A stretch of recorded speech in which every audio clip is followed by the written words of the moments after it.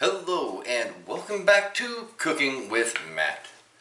As you're watching this, it's the 4th of July, so happy 4th of July everybody. However, as I'm recording this, trying to work a little bit smarter, not harder, this is actually the 2nd of July where I'm going to be seasoning and I will be cooking this beautiful Boston pork butt. So why don't you watch what we're about to do. So here's everything we're going to need. And what we're going to do is we're doing it this early so that we can smoke it on the 3rd of July. And this way on the 4th of July you just have to worry about the hot dogs and hamburgers, and our pulled pork is already going to be here and ready. We got about a 10-pound Boston pork butt, our seasonings, and our vegetable oil. So let's get started.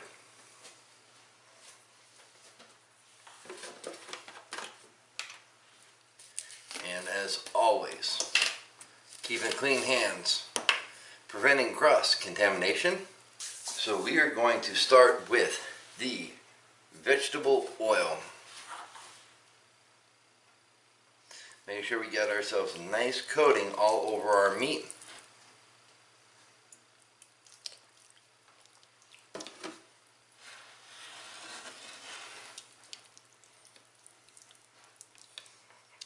And we're going to start off with Magic Seasoning Blends for Pork and Veal.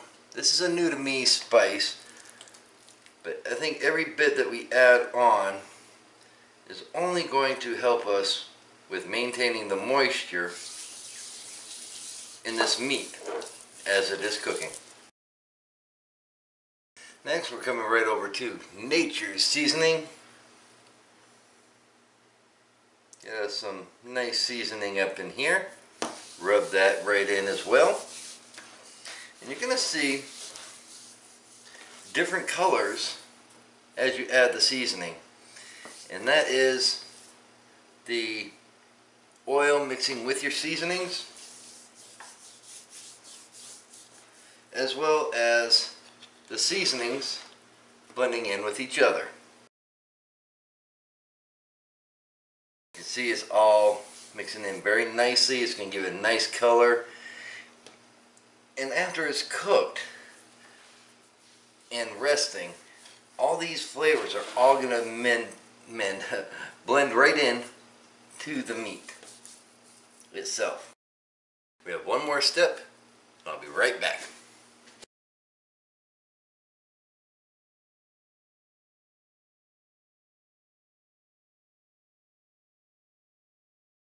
Our next step, we are going to go ahead and flip this heavy piece of meat onto tin foil.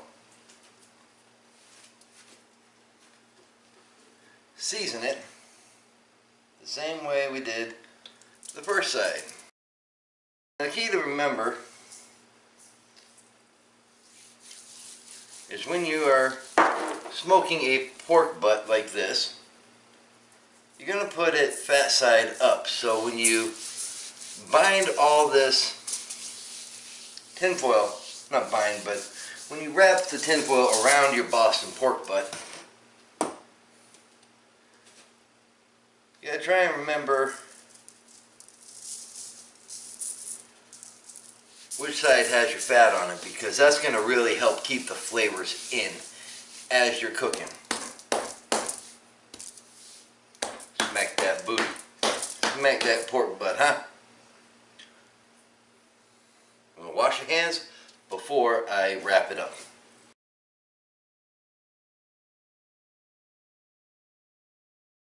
Now, just like the brisket that we did last week, you're going to want to make sure that all of your meat is nice and tightly wrapped. You're going to do a good job with keeping the flavoring of the meat in it as it cooks. I like to go with an extra layer. It's not going to affect the cooking, at least in my experience it never has.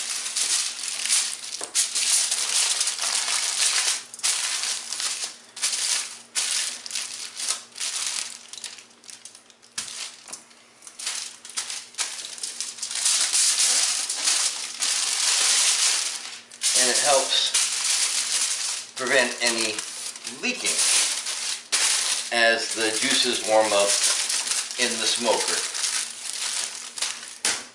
Now all the folds are on one side. This is the side that's got our fat, so as we cook it, this side will be up. We'll catch you in the morning when we start the cooking.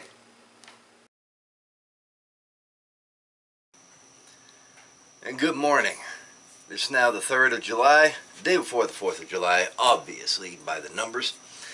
And remember we said we're going to work smarter, not harder, and that's why we are going to smoke this Boston pork butt to make our pulled pork for the 4th of July. This way, all we have to worry about on the holiday is the burgers, the hot dogs, and the beer. So what do you say we heat this thing up to 225 degrees?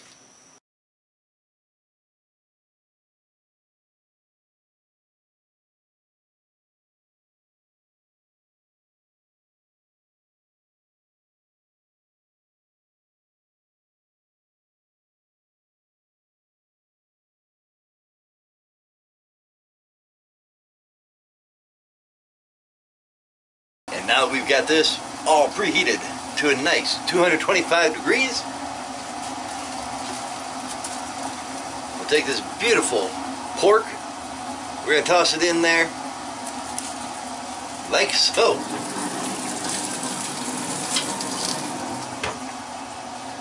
We're going to let that go at 225 degrees. Different recipes call for different timing. All we're going to do is wait until that chunk of meat gets up to 190 to 195 degrees internal cooking temperature, and then we're going to pull it out. So stick with us.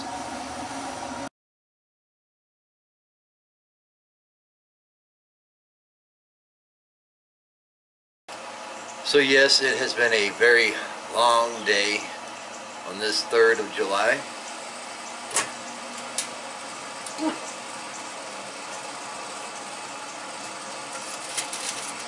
Peel back the tin foil and see what we have for an internal cooking temperature. We are well over 200 degrees, so that is definitely good enough. We're going to wrap it back up. We're going to bring it inside, and we'll see you in about an hour after it has rested comfortably inside. Hot. 3, 2. So after 1 hour of resting, we're going to open this up, and then we are going to pull it all apart. Now you're literally going to pull this apart, throwing chunks of fat away. Whoo, that's hot. So you get just the meat alone. In fact, I'm going to go a little bit deeper and actually pull it with a fork so I don't continually burn myself. I've always found that putting it in a separate container altogether,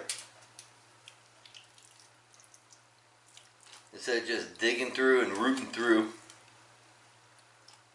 helps out a lot. Now remember, we had the fatty side facing up. So I'm not really throwing out a whole lot. This is all just fat that I'm throwing away. In here there's also a bone that you're definitely going to want to throw away.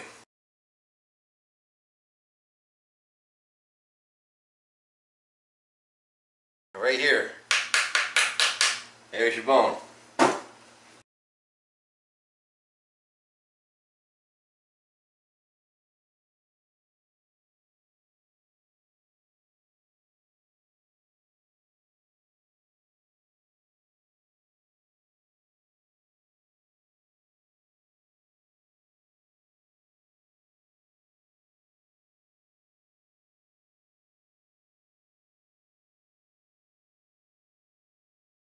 And with all that, I'm not sure if the camera's showing it, but there still is a little bit of juice here at the bottom. We're going to add that to make sure that all this work that we have done stays nice and moist.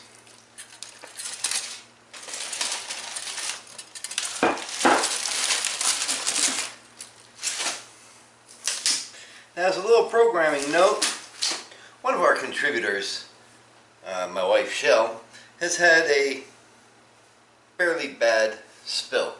And when she is back on her feet, she'll be back with a more South African taste to our channel. So we're wishing her a very speedy recovery.